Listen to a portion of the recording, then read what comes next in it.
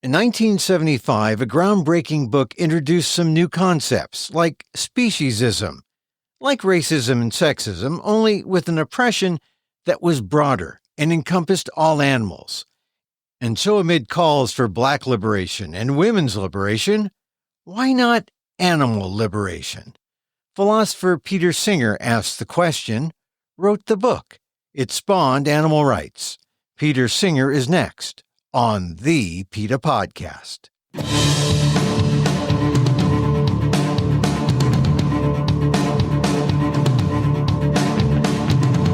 Welcome to the PETA Podcast. I'm Emil Guillermo, your host for this behind-the-scenes look at PETA, the largest animal rights organization in the world. On today's episode, philosopher Peter Singer. His book, Animal Liberation, in 1975, changed how people saw animals in society by arguing that if animals could feel pain, they had a right to live life free from suffering. Singer is now preparing a new edition of Animal Liberation, which will assess how his thinking and society has evolved. But his main point remains the same: the need to end speciesism, the tyranny of human over non-human animals. Singer likes to point out it's no different than the tyranny of sexism or racism, and in many ways, it's no better now than in 1975. Here's my conversation with animal liberation author Peter Singer on the PETA Podcast. You mark differences with each introduction, and it's always like it's a little furthering of a little lessening of this, a little more of that. You mentioned some of the artificial fake meats that are out there now. How do you view how it's been since you first authored Animal Liberation? In my view, our attitudes to animals has definitely improved. Animals have moved from the very far margins of our concerns to being a little closer in, not at the center, but still closer in. We have, when I say we, I mean in, I suppose I'm thinking of in the Western world generally, there are improvements in some of the ways in which animals are treated. For example, and this is a good thing, in looking at experiments that are going on now for the new edition that I'm preparing, I can't find examples quite as blatantly cruel or inflicting the suffering as intense as I had in the 1975 original edition. So yes, there's been some improvements, but against that, you have to balance the fact that there are far more animals suffering in factory farms now than there were before, and that's largely because of the increasing prosperity of parts of the world, such as China and other East Asian countries in particular, and to some extent India too. And people in these countries, as they become more prosperous, they tend to eat more meat, and therefore there are more animals in factory farms. So I wish I could say there's less animal suffering in the world now than there was in 1975, but that would just be false. I think there's clearly more animal suffering just because there are so many more animals in factory farms. And in some of these countries, again, China is an example, there is really no national animal welfare law to protect animals in farming conditions. Are we further along than you thought in 1975 that where we would be, or do you think we're just kind of treading water still in a relative sense? More people, more suffering, not as far along as you'd hope. How would you assess where we are now? I don't think we're treading water, because I think things have changed. And some things have changed for the better and some things have changed for the worse. If you'd asked me in 1975, I would have said, look, I hope that by 2020, people will have realized that animals are sentient beings with lives of their own to lead, and we shouldn't be thinking of them just as means to our ends. And therefore, for example, most people will have stopped eating them or stopped eating commercially reared animals. Of course, that hasn't happened. So to that extent, I'm disappointed. We haven't gone where I'd hoped. But on the other hand, as I say, some of the things that I did describe in the 1975 edition, including some absolutely awful experiments in which dogs were subjected to inescapable electric shock until they collapsed and ceased to try to escape it because they just couldn't, and would give up and lie there accepting repeated electric shocks. I don't think that's going to be done and published in a scientific journal today. Also, some of the worst forms of confinement of animals in factory farms, like individual crates for veal calves and for breeding sows, and the very small and very crowded cage for egg-laying hens, are prohibited in significant parts of the world. So across the entire European Union, some 27 nations, 450 million people, and the UK, which is no longer in the European Union, but still complies with the same laws on animal welfare, and parts of the US, particularly California.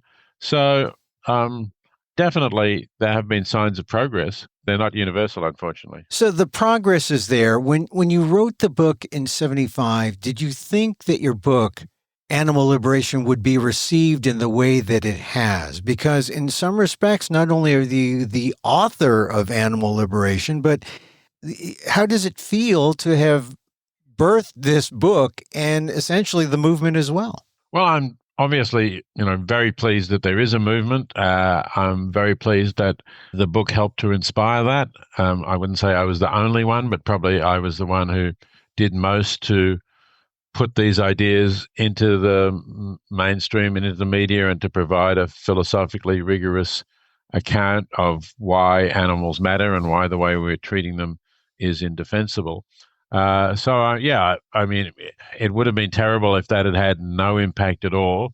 So I'm glad it's had an impact. And I did think, I told you before, and I was hopeful that maybe people would really change and fundamentally and stop eating animals.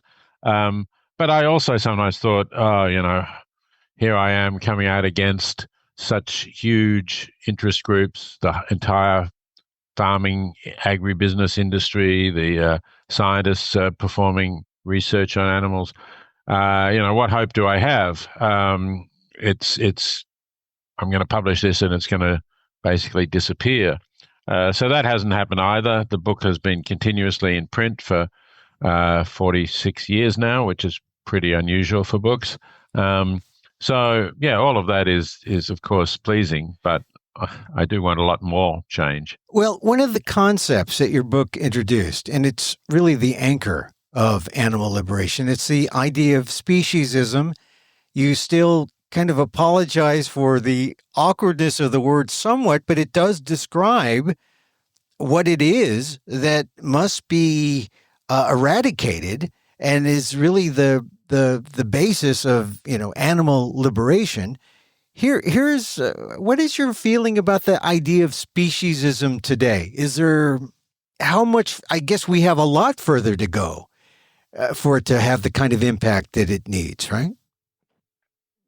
Absolutely. We are still speciesist. Most people are still speciesist. Society functions on the basis of speciesism in regard to animals. Otherwise, we couldn't be rearing them and killing them and eating them in the way that we are on such a vast scale. And I think that eating of them is kind of at the heart of our speciesism. I imagine that if we stopped eating them, we might find it more possible to really move away from speciesism, although there would still be other conflict areas, including the use of animals for research, of course. So we haven't got rid of that. But the concept serves a function, though, in that it makes this analogy with some of these other isms that, again, although we haven't moved past in practice, we reject in theory, or most people, in theory, reject racism and sexism too. So it's making those comparisons and therefore alerting people to think in a different way about animals and about how we might relate to them if we didn't think that because they're not members of our species, they don't really count, or they don't really count in the way members of our species do count. Yeah. I mean, one of the ideas about speciesism is it challenges people to go beyond merely being kind. You recognize that the animals have their own interests and have their inherent rights. And that's usually where people start, getting their dander up and say, okay, let's go at it, Professor. But this is what you write. You say, this book is about the tyranny of human over non-human animals. This tyranny has caused, and today is still causing, an amount of pain and suffering that can only be compared with that which resulted from the centuries of tyranny by white humans over black humans. The struggle against this tyranny is a struggle as important as any of the moral and social issues that have been fought over in recent years. Now, you mentioned racism and sexism, but now you're bringing it, you're putting it in people's faces here now. You say this is, the tyranny of white humans over black humans. Do you think there's been an acceptance of that, or has that been the central resistance of people's acceptance of speciesism? So I wouldn't say that there's been a general acceptance of that. Obviously, there are parts of the animal movement that do accept that. And actually, it was nice to see that Yuval Harari, who's the author of the best-selling book Sapiens, A History of Our Species, does agree with that and actually says, and he wrote an introduction to one of the editions. I don't know if you saw that one, the Bodley Head edition published in the UK. He wrote an introduction in which he says that the treatment of animals by humans may be the greatest crime that humans have committed throughout the history of our species. So, here's somebody who I didn't know at all had an interest in animals until I saw him write that, saying this. So there is somewhat more acceptance of this idea than there used to be. Yeah. And I think if you look at the amount, we're just talking about quantities of pain and suffering here. Mm-hmm. And the numbers are so vast, something like 70 billion animals, like about 10 times the entire world's population, raised and killed for food each year, often in conditions that cause an immense amount of pain and suffering to them. Then I think, that statement is probably true. So I hope that more people will accept it and will recognize that this is a very major issue, that if we want to reduce pain and suffering in the world, starting with what we're doing to animals is a very good way of doing it. Right. Well, let me go on to something else that you wrote, connected to that. You write, the core of this book is the claim that to discriminate against beings solely on account of their species is a form of prejudice, immoral and indefensible, in the same way that discrimination on the basis of race is immoral and indefensible. I mean, that's pretty clear. That's something that might be startling to some people, not to others who are ready to take that leap. But there are some who say, what, right? They're saying, this can't be. You can't be talking about slavery. You can't be talking about racism. But you continue. Greatly as I admire those who have eliminated speciesism from their lives purely because their sympathetic concern for others reaches out to all sentient creatures, I do not think that an appeal to sympathy and good-heartedness alone will convince most people of the wrongness of speciesism. So throughout this book, I have relied on rational arguments. Unless you can refute the central argument of this book, you must now recognize that speciesism is wrong, and that if you take morally seriously, you must try to eliminate speciesist practices from your own life and oppose them elsewhere. Otherwise, no basis remains from which you can, without hypocrisy, criticize racism or sexism.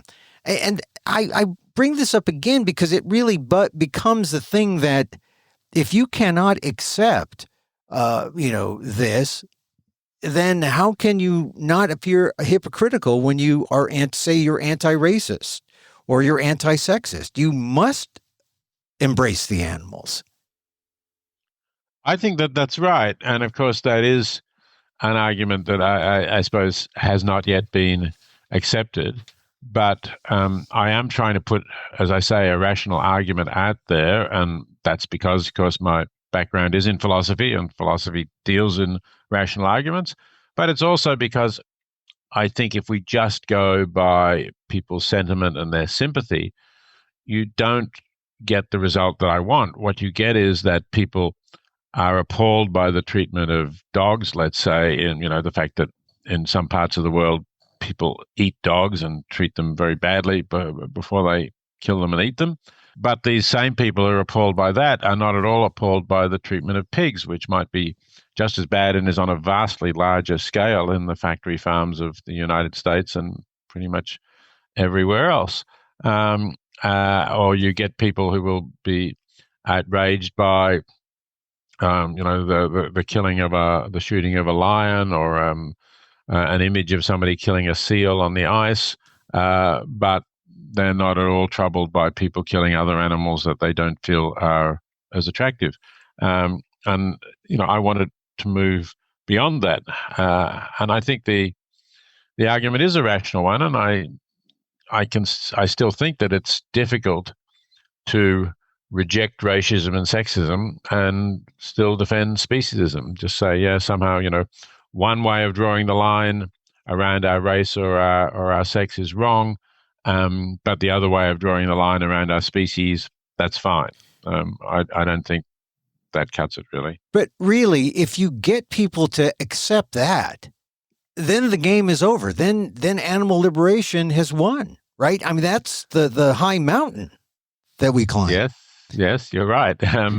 And that's why I'm trying to get people to accept that. And I admit that I have not succeeded in getting the majority of people to accept that, so we haven't got to the peak of the mountain, and we may still be a while before we get there. I accept that. Well, take us through the thought processes. The early chapters you bring up other philosophers like Bentham and Hume, and you bring up this idea of suffering, and suffering meaning also the possession of a central nervous system.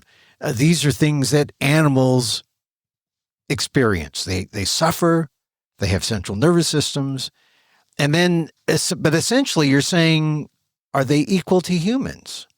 Is that enough to make them equal to humans? I want to be a little more careful about this statement that they're equal to humans. What I say is that we should not discount their pain and suffering because of the fact that they're not members of our species. If we have roughly similar amounts of pain and suffering, it's just as bad whether that happens to a fellow human or to a cow or a pig or a dog or a rat or a mouse. The suffering is just as bad. I'm not saying, of course, that animals and humans are equal in having the same capacities to suffer.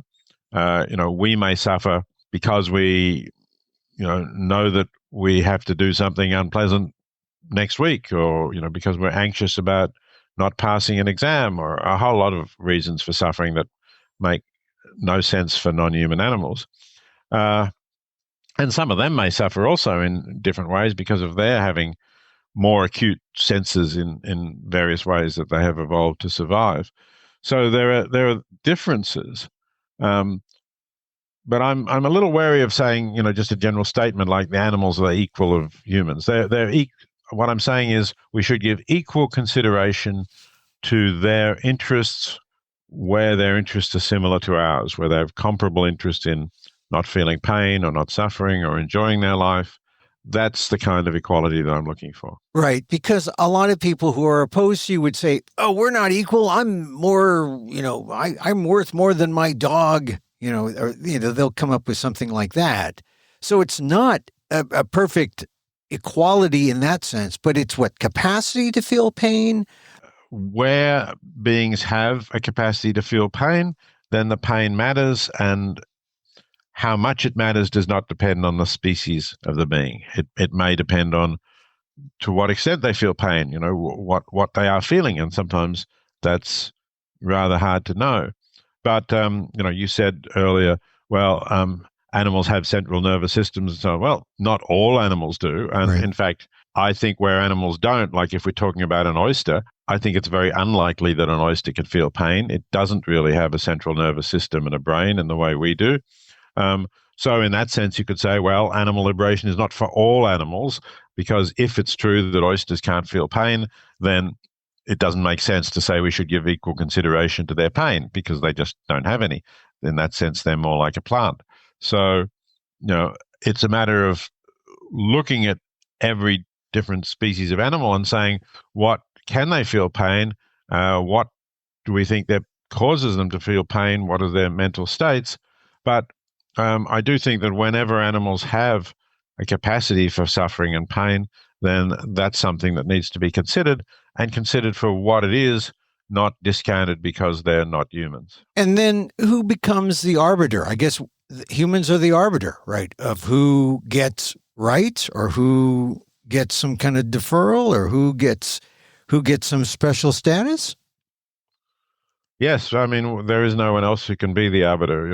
We don't have any kind of objective scorecard that suddenly appears in the sky and says, animals feel this amount of pain, or these species feel pain and these ones feel more. We have to try to work that out as best we can, and I hope as objectively as we can. But I acknowledge that we don't have a really accurate way of knowing what animals feel, but we don't really have an accurate way of knowing what our fellow humans feel. No doubt some people feel things more sharply, more acutely than others. I suppose we basically ignore that. We just count them all equally because we can't measure it. Well, how about the idea of rights? Because now this goes into the idea of rights, and you say it goes beyond just mere kindness or being kind to the animals. I mean, we don't speak about or talk about kindness to minorities or to women when we talk about their rights. And yet, sometimes kindness enters into the picture for animals. What gives them a kind of status where we can confer rights to animals? What gives them that status is that they can feel things, that their lives can go well or badly, that they can experience pleasure or pain. And then we give them rights in the sense that we recognize that there are certain ways of treating them that are wrong, and we have either social norms or we have laws or regulations which may mean that it's wrong to do certain things to them, which prevent us doing certain things, or should. So that's really all I mean by rights. I'm not a kind of rights fundamentalist. I don't think you start from the idea of a being has rights and that's the moral foundation. I think you start from the idea that beings can have lives that can go well or badly for them, that they can, as I say, suffer or be happy or feel pleasure or feel pain. And then you try to set up a system that will reduce the amount of suffering and pain that we inflict on them and give them better lives. And so you derive rights from that. Now, I'm sure that you have other philosophers and other critical thinkers, academics and whatnot, scholars who will read your work and they want to come at you. They want to go at you and say and take it apart. What is that you're lying to them that puts them in their place and that makes them just step back a bit and maybe with an open mind look at this idea or the concept of animal liberation? Well, it's interesting that over the years, I think there's been much more acceptance of the idea that animals can't, that they have a central place in morality, that the way we treat them, or at least some of the ways we treat them, is wrong. There have been many more philosophers who've come to accept that. Some of them have been people who've been directly part of the animal rights or animal liberation movement.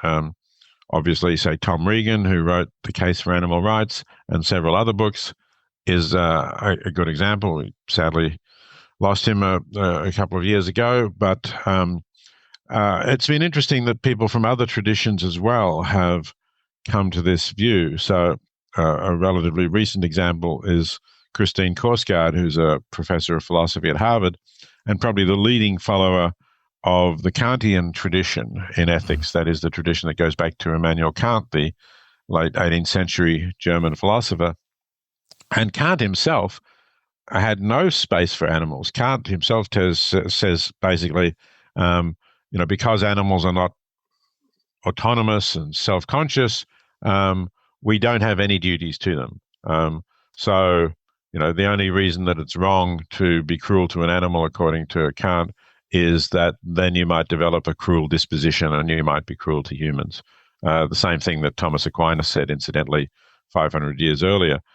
But Christine Korsgaard, although a Kantian, and generally therefore in agreement with Kant's approach, says that Kant made a big mistake here, that he basically went from the idea that you can't be a moral agent unless you're a self-aware, autonomous being, to the idea that you can't be what we might call a moral patient, that is, the subject of moral duties, if you're not autonomous and rational. And Korsgaard points out that just doesn't follow. And of course, when you look at it, we don't think that follows in the case of fellow humans either. Small children are not moral agents, but we certainly think that we have duties not to harm them. So, why should the fact that animals are not moral agents mean that we don't have any duties against harming them? So from the beginning of writing this and getting the kind of opposition to your book, you found philosophers especially coming more toward you.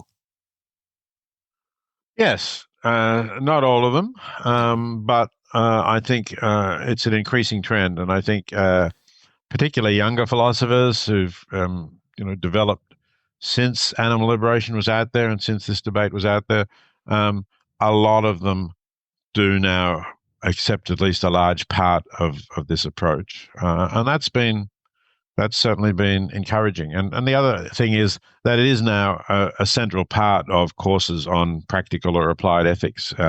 It's always getting into those courses, whereas previously people would have ignored it. People would have said, no, the important issues are all issues about the treatment of humans, and would have left animals out of the picture altogether. Well, now it seems that we're all kind of interrelated, that you've got to think about the animals. You've got to think about yourself, as, eating animals can cause harm to your health. And so people have turned to veganism. Using animals in a way through factory farming can destroy the environment. So the interrelation of all these things connected to our use of animals in this bad way, how is that a factor in maybe changing or liberating animals from the kind of tyranny that they experience now? So I think that these things do have an impact. All of these different factors, and you mentioned the rise in people avoiding animal products altogether, being vegan, having a plant-based diet. Some of that certainly comes from the animal movement. A lot of it also comes from concern about climate change and the recognition that eating animals makes a major contribution to your carbon footprint, that going vegan will reduce that significantly. And also there's a lot of local pollution from factory farms, pollution of rivers, and so on. So that comes together. And I am hopeful that the next sort of big step forward will be the shift away from meat, either to plant-based meat-like products, which of course we already have on the market, like the Impossible Burger and Beyond Meat, or possibly to cellular meat. And just in January of this year, Singapore became the first country to permit the sale of meat that never came from a whole animal, but was grown from cells at a cellular level. In the case of what Singapore approved was cellular chicken, and although that exists, it's not yet competitive in price with kind of meat that you can buy that comes from an animal. But I'm hopeful that that price will come down, and that will then have a big impact in shifting people away from meat, which would have two effects. Most directly, it would reduce the amount of animal suffering in factory farms in particular, and also correspondingly the amount of greenhouse gas emissions. But I think it would also help people to look more objectively at animals, and would make it easier for them to accept the ethical arguments that I and others have been putting forward. If you think to yourself, gee, if I accept that argument, I'm going to have to stop eating some of the foods that I've been eating all my life and that I enjoy eating, and I don't know what else I would eat. That creates a powerful barrier to accepting the argument. I think if people were perfectly rational, it wouldn't, but we're not perfectly rational. So if people start eating these other products, and then they can look more objectively at these arguments, I think that could make a big difference. Well, one of the things that you just point out is that the biggest argument is, well, this is the way it's always been done. This is what I know. This is what we do. And end of argument. They don't go further to clash with your major points. They just say, this is what we've always done. That must be frustrating for you. Yeah, it's very frustrating. And of course, it's a terrible argument, because the same arguments, were used to continue to have men dominant over women. That's the way society has always been organized. People would appeal to religion, and some remarks in the Bible about suggesting that men are dominant. It's a terrible argument, but it does seem to be an argument that is powerful for people. They find it hard to imagine changing things that they've grown up with, and that they know that their parents and grandparents grew up with, and to acknowledge that this is wrong and that needs to change. That's a big shift. But the other drive could be just capitalism grows up and gets a sense of wisdom and a sense of morality, which is people make money on not killing, not torturing, not being unkind to animals. I think a lot of your listeners will think that it's wishful thinking to believe that capitalism itself will grow up and get morality. And some people do say to me, look, capitalism is the root of the problem, and unless you overthrow capitalism, you're not going to change this. I think both of those views are actually wrong. I think capitalism is morally neutral in itself, because it responds to what people buy. Capitalism requires consumers to buy its products. Otherwise, obviously, a business that makes products that nobody wants to buy in a capitalist society goes bankrupt. We really need to get the consumers demanding different products, and saying, for example, look, if I can get something that tastes like meat and cooks like meat, and I can make my traditional meals with it, but it's plant-based or it's cellular-based, and there was never an animal who suffered because of it, then if people will then buy that, then capitalism will start to provide it, and capitalism will then gear up to manufacture this product. There will be market competition to make it as good as possible and as cheap as possible, and I think it will spread. Well, that's all I meant. The end of animal suffering, if the money is followed and the capitalists find that on the demand side, they can make money on veganism, make money on anti-suffering, maybe that's the outlying hope. I mean, it would be better if you had victory on the treating animals is akin to the discrimination toward dark-skinned people and racism, that kind of discrimination.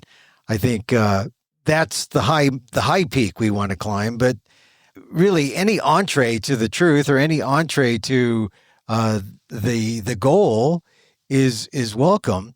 What do you see as the most likely, and what are you saying in your new edition about maybe the next 45 years?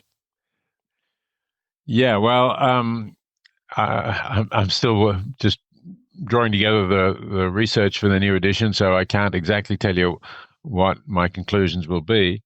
But I do think that there will be two avenues for change. I still think that ethical arguments can persuade people. In fact, I recently did with a couple of colleagues a controlled study of students at a major American university some of whom took a course on animal ethics and some of whom didn't, but otherwise they were kind of randomly assigned to these different classes. And there was a drop in meat consumption among those who took the course in animal ethics, not a huge drop, but a statistically significant drop. So I think that arguments do make a difference, but I certainly think we will need to draw on changes in what the market produces in order to really make the large-scale difference that I'm hoping we will make. There are two areas in the current edition, or the edition that exists now. You talk about vivisection and experimentation, and you talk about factory farmers. So you talk about the consumption, factory farms. You talk about the mistreatment of animals in the vivisection side. Talk about those two areas, and where is the future for those two areas? Yeah, they're very different. I think that the factory farming issue is the bigger and more important one, because the numbers just are so huge. They, as I said, if we're talking just about land-based vertebrate animals, we're talking about over 70 billion animals. If we're talking about animals used in laboratories, we're maybe talking about 200 million animals. Most of the estimates don't go any higher than that, between 1 and 200 million. That's a lot of animals, but 100 million compared to 70 billion, that's 700 times as many animals, 700 animals in factory farms for every one animal in a laboratory. And I don't think the suffering in factory farms is any less. It's certainly more prolonged, and for most animals, it's probably worse, because essentially these animals, they aren't worth very much. You've got to produce them cheaply. You don't care about them as individuals.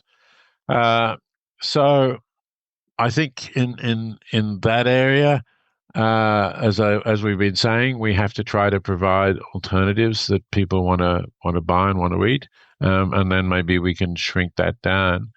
And while we're talking about animals for food, I will talk more in this new edition about fish, because I think in 1975 I was still a little hesitant to talk about fish. It was going to be difficult enough to get people to worry about cows and pigs and chickens, and fish, living in an element that we don't actually inhabit, not being able to show their suffering through facial expressions or through emitting vocalizations, noises that we can hear, being kind of cold and slimy.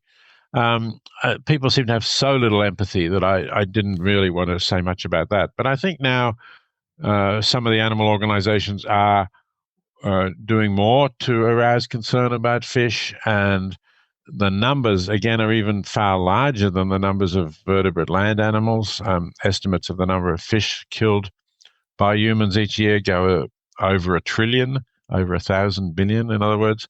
So I will say more about that. I think that's a big issue that needs more attention. How about, are we fishing ourselves or fishing the fish out of existence? Is that an issue too? That's definitely an issue, yes. With many species, they are being overfished, and fish stocks have declined, or in some cases, commercial fishing is no longer really possible because the stocks have dropped so low. That's a difficult issue to change, because the oceans are a commons. Once you get outside the coastal zones of different countries, then anyone can fish there, and it's very hard to enforce in any way, codes about how fishing should be conducted or how stocks should be protected. It would take a very educated consumer populace to really pay attention to sustainable fishing labels. So again, I think the big hope is to try to develop cellular-based fish, and there are companies that are working on that. So And for at least some kinds of fish, the sort of fish fillet kind of fish, Right. I think this is going to be quite possible that we will be able to produce something that actually is fish at the cellular level, but didn't come out of the oceans. This is all about having a taste for fish or taste for meat. What about what all these eating these animals do to the consumer, the human being? Could self-interest be a way out of this problem, knowing that what eating meat does for heart disease, what eating mercury in the fish supply, what that could do to human health? Is self-interest a factor in maybe leading us toward a moral ground? It's a factor, but I don't. It's been those issues have been around for a long time, and I don't know that they've made a huge amount of progress in terms of getting into people's consciousness and persuading them to change what they eat. It's made some difference.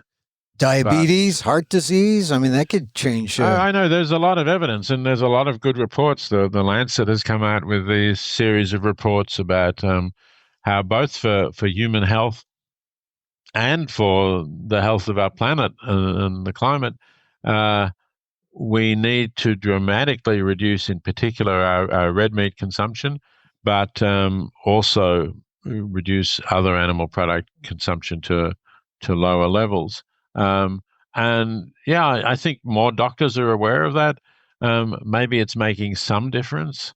But as I say, when you look at the figures on the amount of meat that people are eating, if there is a decline, and there is certainly a decline in red meat consumption in Western countries, but if there is a decline in that, then it gets offset by the growth in meat consumption in China and other Asian countries. So we talked about the factory farms. What about vivisection? What is going to change how animals are treated there? The automatic assumption on which the use of animals is based is that human interests trump the interests of non-human animals. And I don't think that that's how it should be. I think we need to give full weight to the interest of non-human animals. And if we did, then a lot of the research that is done now would not be done. Well, one of the things during this COVID period, the race for the vaccine, by skipping needless animal tests, the vaccines came out sooner. There were still some animal tests, but not nearly as many as would have been required in previous years, or in for other drugs and other instances. That's a plus. They were able to skip many experiments and get vaccine to market much sooner.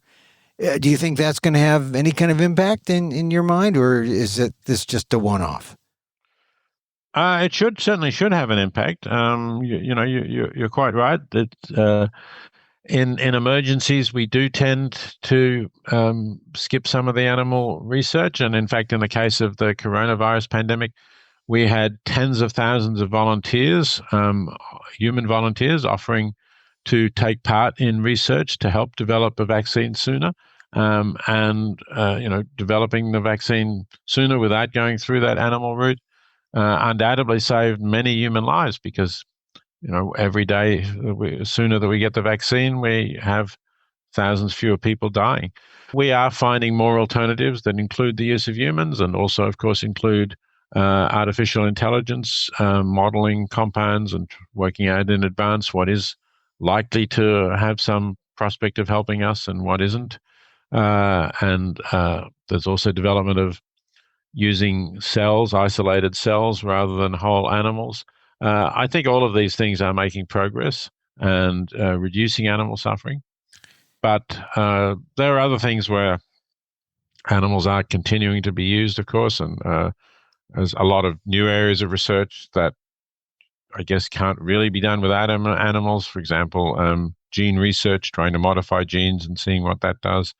So I think there's still big problems in the animal research area, and will be for some time to come. Now, this is a question that comes out of some things I've read in your book and some other books that you've written on animal rights.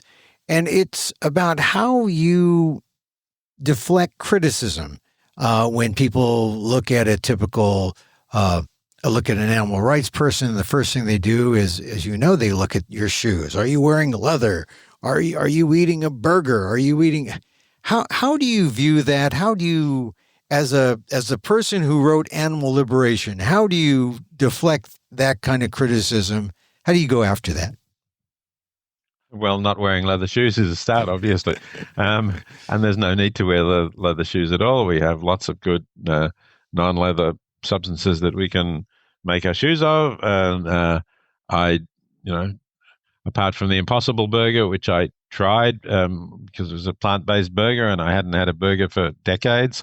Well, I hadn't had a burger that tasted like a meat burger anyway. I guess I'd had lentil burgers and things of that sort. If you want a burger, you can always eat that. I actually decided this wasn't something that I really particularly needed to be eating anyway. I've got a lot of other, plant-based meals that I think are much more delicious than burgers anyway, and easy to make. So, yeah, I'd say two things about this. One is you try to basically have a lifestyle where your consumption does not harm animals, is not complicit in causing harm to animals. But the second thing is, I don't think you have to be absolutely pure in every respect. For me, this is not a religion. It's not like somebody who's keeping kosher or halal, and has to make sure that there's not the tiniest amount of whatever the prohibited substance is. Because my concern is, I don't want to give my support, my dollars, to animal abusing industries. And so that's why I'm not going to go to the supermarket and buy a chicken. But if somebody, if there's some tiny amount of something in that I've been eating and somebody says, oh, that had a bit of dairy in it or something like that, I'm not really troubled by that. These insignificant quantities, as I say, it's not a matter of personal purity. I don't think that sometimes putting the time into ensuring that what you're eating, especially if you're eating out and not, controlling yourself, what you're eating so well, I don't think putting the time into finding a place that will be 100% vegan is always worth it. Sometimes there are better things you could do with that time that might even do more to help animals or to help the world. Well, I only bring it up because, all right, here I'm wearing a non-wool jacket. I'm wearing a polyester shirt. I've got non-leather shoes. I'm trying to be totally vegan, and everything that I may have overlooked in the past. I'd wear a wool suit. This is not wool. I'd wear a hair shirt. No, this is polyester. But the thing is that when you come up to these people and they say, oh, look at your shoes or whatever, they feel like they've won. They've exposed the hypocrisy and they've won the argument, which is not necessarily the case. Not when you can shoot back and say, well, are you against racism? Then how can you discriminate against animals in this way? That's a bigger hypocrisy, I suppose. I think it's a much bigger issue, yes, than, whether somebody finds something that you're wearing that comes from an animal and wants to point the finger at you. Obviously, we're trying to produce a change. We're trying to produce a change where we won't be commercially exploiting animals. As I say, we don't want to be complicit in doing that as far as we can avoid it. But in a way, it's important to be active and concerned about this and to live your life in a way that is trying to reduce this suffering. And I'm not that worried about somebody finding that something that I do involves some animal product. I think that's, as you say, it's a kind of a way of trying to catch you out that really gets a bit silly when it's taken to an extreme. So, when is your new edition expected out, and what would you like it to say or be for the next 45 years? It may come out in the second half of 2022. Certainly won't be any earlier than that. I hope that it won't be needed for another 45 years, to be honest. I hope that what it will say is that many of these things are still happening. We've made some progress. We've gone backwards in some other respects. And that it will simply make the book continue to be relevant as long as we continue to be doing these things to animals, which, as I say, I hope that sometime within the next 20, 30 years, we'll stop doing. Peter Singer, the author of Animal Liberation, thank you for being on the PETA Podcast. Thank you very much, Emil. It's been good talking to you and talking to your listeners.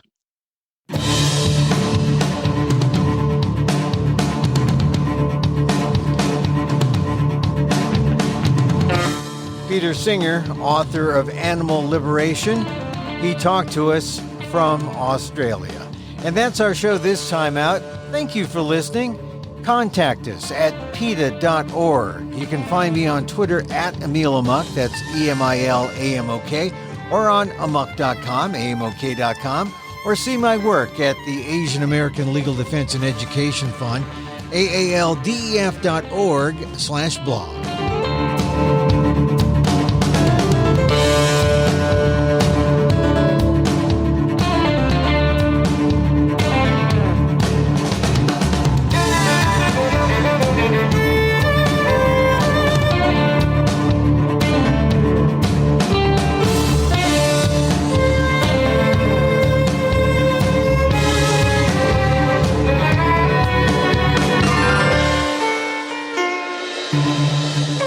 Once again, thank you for listening. Check out all our episodes on your favorite podcast app or on Apple Podcasts, where you can rate and review the show. It helps get the word out about the issues you care about.